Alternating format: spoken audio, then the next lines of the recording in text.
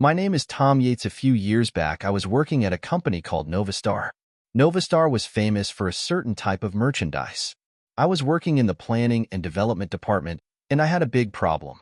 It was that my relationship with my wife, Megan, whom I married 2 years ago, had completely cooled off. We, who went from an office romance to marriage, were once a couple that everyone envied for a leader relationship. I hate to brag, but we were quite the famous couple. Even the CEO knew about us. 2 years after our grand wedding, my relationship with Megan had completely chilled. Lately, we ate separately and only did our own chores. We hardly had any real conversations anymore. We were just living together, and strangers seemed to talk more than we did. If I had to pinpoint a reason, it might be because of my job. I used to work in the same art department as Megan, but after we got married, I was the only one transferred to the planning department. The planning department was the pride of our company and crucial for its survival. Naturally, the workload increased, and working overtime became the norm. Our life rhythms diverged, and before I knew it, she started ignoring me. Megan actually wanted to move to the planning department too, but since I was the only one transferred, she looked at me with jealous eyes and ignored me for the first time, which almost made me cry. I realized things were bad, but there was nothing I could do about the transfer. Though I tried to mend our relationship, I sent gifts, tried to initiate conversations, and even did her share of the chores. However, Megan just glared at me as if I were trash. What are you trying to score points? Don't bother. Go to your beloved job.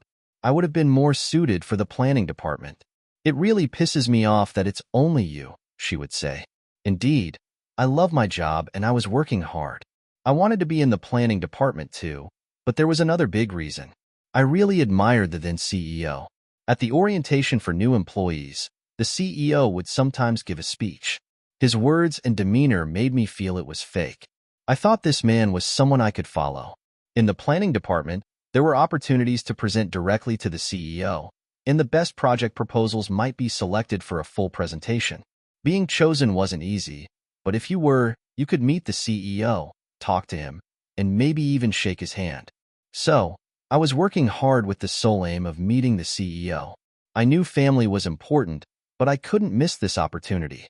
The CEO was a truly perfect human, both in character and ingenious creativity. The company's merchandise that he created was also top-notch. I had been a fan even before I joined the company, so being involved in its production was a real joy. Speaking of which, the merchandise was, well, adult toys. I can go into more detail, but you've probably seen them. The CEO was a top-notch pervert. If you couldn't satisfy the CEO, you couldn't sell the product. I once got a project approved and presented it to the CEO, and man, he was a serious pervert. I thought I was pretty perverted, but I couldn't hold a candle to him. But I was truly happy to have a conversation with the CEO I admired. I dreamed of the day I could talk to him again. However, tragic news soon reached me. The CEO had passed away. He was found collapsed at home by his family, and by the time they found him, it was too late. Apparently, he had died in the entryway, possibly on his way to work. The CEO used to say he wanted to die in the throes of passion. After the CEO's funeral, I was enveloped in sadness. Then a man claiming to be the new CEO came to the company. His name was Kim Morgan. He had been working at another company but had suddenly quit to come here. The previous CEO had left no will. It couldn't be helped, but this new CEO was a real piece of work. Everyone, I'm the CEO, so you better greet me properly. Weren't you taught to stand up and greet when the CEO arrives? Right on his first day, he came to the planning department and said this: "The education here is lacking. What was my predecessor doing? That's why the employees are so hopeless." Furthermore, he insulted the former CEO. Everyone in the planning department was like, her, when they looked at the new CEO. Just like that, the new CEO, Kim Morgan, was the annoying and troublesome type. He seemed to think he could do whatever he wanted because he was the CEO, and he acted recklessly. Whenever he had some free time, he'd go bother someone, interfering with their work. Of course, his reputation in the company was the worst, and no one respected the new CEO. The CEO's duties were somehow managed by the secretary and vice president who had been appointed by the previous CEO. It seemed like the vice president was mostly doing the CEO's job, So he was basically a CEO in name only. I even thought about quitting my job, but I had a deep attachment to this company that the first CEO had started. I had decided to dedicate myself to it until the end. However, about 6 months after the CEO change, the new CEO started picking on me. Mr. Yates. Yes, Mr. Morgan. I hear your product is doing quite well. Thanks. No, no. I'm not praising you. Don't get ahead of yourself. What I mean is, anyone could have made a product like that. We wouldn't really need you, he said with a smirk. That's how the new CEO started harassing me. At first, it was just annoying interactions like that, but then he escalated to hiding important documents and unilaterally rejecting my projects that had already been approved. Other employees encouraged me, but the opponent was the CEO. Everyone was confused about what to do, and it was troubling for everyone.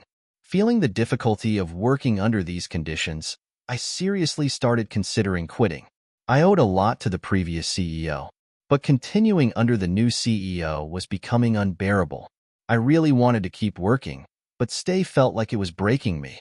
After much deliberation, I decided to consult with Megan. If I decided to quit, she would be the one most inconvenienced. I caught Megan as she was about to go out on a day off and told her I was thinking about quitting. However, Megan casually agreed, saying, you're not quitting? Kim also says you should quit. Kim? Yeah. I get along pretty well with the new CEO. We often go out to eat together. Oh, it's not cheating or anything. And Kim tells me about you, and you're really incompetent, aren't you? Despite all your hard work and overtime, your plans never get approved, and you lose important documents. The new CEO was the one who hid the documents. Save your excuses. It's an embarrassing. Kim said you're incompetent. Can't even handle normal tasks and are unnecessary for this company. He said it'd be more suited for the planning department, she said with a grin. Oh, and by the way, I got that divorce papers, so please fill them out later. Divorce? Of course. I can't continue married life with someone incompetent, such a sudden divorce. I can't believe it. Stop it. It's annoying. I wish I had married someone handsome and incompetent like Kim. He was too competent at his previous company. They hardly let him quit. He forced his resignation saying he would take over his father's position, but they still want him back. Someone who can work and is well, like he's really wonderful. And with that, Megan said she was going to meet the new CEO and left the house. After Megan left, I immediately went to the investigation office and requested an investigation. Less than a month later, the results came out and affair with the new CEO was confirmed. Moreover, they had been sneaking out of the company to go to love hotels while they were at work. When I asked an acquaintance in HR for confirmation, it turned out that Megan had indeed been called out by the CEO and was often away from her desk for hours. Of course, she could only do her job halfway, so now she was practically a need in the company. Of course, the affair between the two had become a rumor, and everyone was worried about me. It was really tough on my heart, thinking of the trouble I was causing others. I stormed into the CEO's office when he was there. As expected, Megan was there too. So I took the opportunity to show them the evidence of their affair and demanded a divorce. Of course, I also demanded alimony. Didn't I tell you before that I would divorce you? Why are you bringing it up now? It's disgusting. Well, if you're willing to divorce, that's great. I'll pay the alimony with my dad's inheritance. If I can get a delightful Wi-Fi like Megan for such a small amount, I'm lucky. Watching the two of them flirt, I felt dizzy as if I was seeing beasts wearing human skins. I thought I couldn't take it anymore and submitted my resignation along with the divorce papers. I've reached my limit, so I'm quitting. Whatever happens, I don't care. Don't talk so big for someone as incompetent as you. Well, do your best with Megan. And so I resigned and left Novastar. After resigning, I got a job at a rival company called Luminous Harmony Company. Thanks to some connections, the folks at Luminous Harmony Co. warmly welcomed me, calling me a teammate. For me, exhausted from the divorce and job change, it was truly a blessing. A few years after I started working at Luminous Harmony Co., one day suddenly Megan and Kim Morgan showed up. I got a call from reception and wondering what was going on, and when I went there, I found these two familiar faces. They looked at me with serious faces and suddenly begged on their knees. Tom, please come back to us. Please, Mr. Yates. Nova Star is finished without you. I couldn't expose these two to everyone around, so I took them to an empty conference room. So what do you want now? So we want you to come back, Mr. Yates. Oh, why? Well, that's because, Tom, you have all sorts of certifications, right? A massage therapist, lymphatic massage specialist, and other various certifications. Well, yes. I've been attending night school and taking online courses while working. I've obtained every certification that could be useful for my job. We've been told by other employees. No one else is as dedicated to their work. Only you would obtain all the certifications that could be used for creating new products. I knew you were busy only, but I never thought you were studying for certifications. I studied for various certifications and used that knowledge to create new products. I was often praised by colleagues and seniors that only I could come up with such ideas. Indeed, the products I planned were hits. After switching jobs, I continued to create various new products. As a result, I recently developed a best-selling product. Now the position of Luminous Harmony Co. in the adult toy industry was unshakable. Since you left, the other employees lost their motivation. Competent employees are quitting one after another, and only the incompetent ones with no motivation are left. I asked an employee who quit yesterday what would make him come back, and he said, if Tom comes back, I'll return too. He also said other employees who left might come back if Tom returns. That's how much you attract people. So please, Tom, come back and support Nova Star with us. We were one in love, weren't we? I'm also begging you right now. Nova Star is in a critical crisis. If things continue this way, bankruptcy is inevitable. Please, if Mr. Yates comes back, we can turn things around. Please lend us your strength. The two made a dramatic bow. Just as I was about to speak, there was a knock on the conference room door.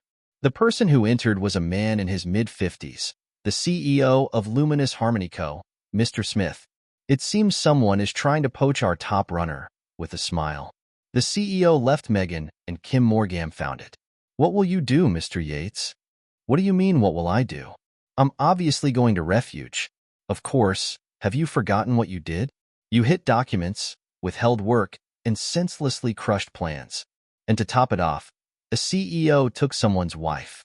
There's no way I'm going back to a company like that. No, it's not like that. It was just a bit of calm, playful spirit. Playful spirit? My foot. I unleashed my anger on the naive Megan and Kim Morgan. I don't care if Nova Star goes under or what happens to you. Sure, I feel sad because it was the first CEO who started the company, but with you as the second CEO, it's impossible. Just quietly go bankrupt and become homeless. That's harsh, Tom. And I still haven't received a full alimony of $50,000. By the way, could you hurry up and pay that? I did pay it.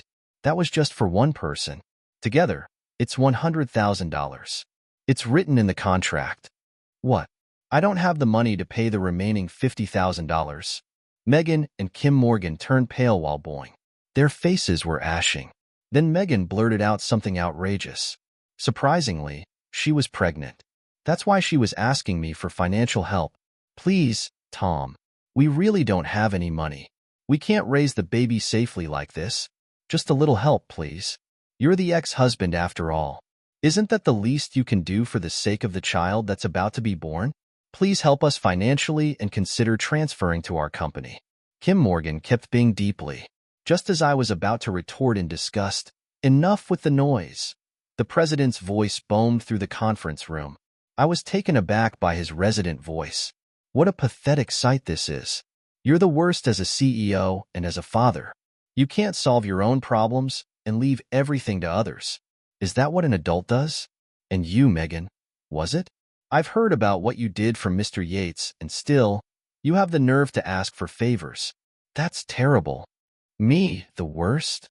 I knew the CEO of Nova Star, and he was a good rival. It used to be fun competing with Nova Star. Look at it now.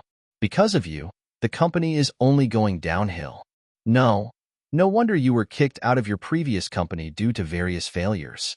With that, Kim Morgan's expression changed dramatically. Why would you say that? Your former colleagues told me everything. You were treated like a liability because you were so incompetent. But as soon as you realized you could become CEO, you ran away from the company. Is that true, Kim? Well, that's... Kim Morgan panicked. Seeing him like that, the CEO said, "Anyway, Mr. Yates is an important employee of our company. There's no way I'm handing someone like him over to a company run by a guy like you. Did you understand now? Please leave immediately." Pressed by the CEO's stern words, the two fled as if escaping. After that, I never met those two again. Nova Star's performance continued to decline, and it was just waiting to go bankrupt. The employees had all but disappeared, and now there was no one left, including Megan and Kim Morgan. Megan tried desperately to create a new product that could revive the company, but all her efforts were in vain, and she only ended up increasing her debts. As a result, Megan, despite being pregnant, had no choice but to appear in adult videos, and unfortunately, she miscarried. And just the other day, I received a creepy email about it. Kim and the child are gone, but I know there's still a red thread connecting me to you, Tom. It was so creepy that I immediately blocked it. Rumor has it that Kim Morgan is also appearing in adult videos, but those are with other men, and it's too much for me to even want to watch. Well, if that helps them pay my alimony, then I guess that's fine.